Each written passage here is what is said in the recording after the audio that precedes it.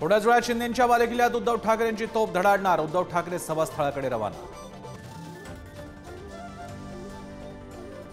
माझ्या नादी लागू नका, तुमच्या नेत्यांचे गाल लाल करू. बीडमध्ये ताफ्यासमोर सुपारी फेकल्यावरून राज ठाकरेंचा उद्धव ठाकरेंना सज्जड दाम. मातोश्रीबाहेर मुस्लिम नागरिकांची घोषणाबाजी. वक्फ बोर्ड विधेयकावर ठाकरेंची भूमिका काय, मुस्लिम नागरिकांचा सवाल. जरांगे पाटलांच्या आडून शरद पवार आणि उद्धव ठाकरेंचं राजकारण. राज ठाकरेंचा आरोप. समाजात विष कालवू नका, राज ठाकरेंचं आवाहन.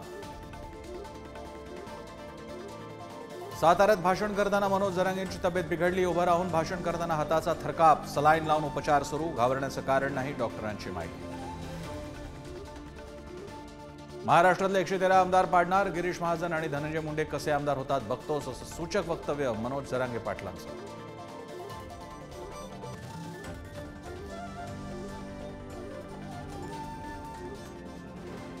मनोज जरांगे पाटील हा आधुनिक मोहम्मद अली जिन्ना तर नाही ना, असा प्रश्न विचारला जातो सगळ्यांमध्ये.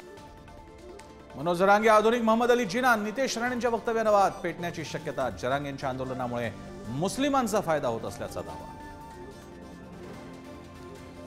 मंत्री आणि आमदार बनण्यासाठी नाही, संघाच्या विचारांना जिंकवण्यासाठी काम करा. भाजप नेत्यांना आरएसएसच्या कानपिचक्या. लोकसभेतील पराभवाची कारण मीमांसा करण्याचाही सल्ला. नाशिकमधील महिंद्रा कंपनीचा प्रकल्प गुजरातला जाणार अशी चर्चा. मंत्रालयही गुजरातला नेतील. आदित्य ठाकरेंची टीका. तर विरोधक फेक नरेटिव्ह पसरवतायत, उदय सामंतांचा आरोप. आमदार बच्चू कडूंनी घेतली शरद पवारांची भेट. बच्चू कडू मवियात सामील होण्यासाठी इच्छुक असल्याच्या चर्चा. तर कडू माहितीची साथ सोडणार का, याकडे लक्ष.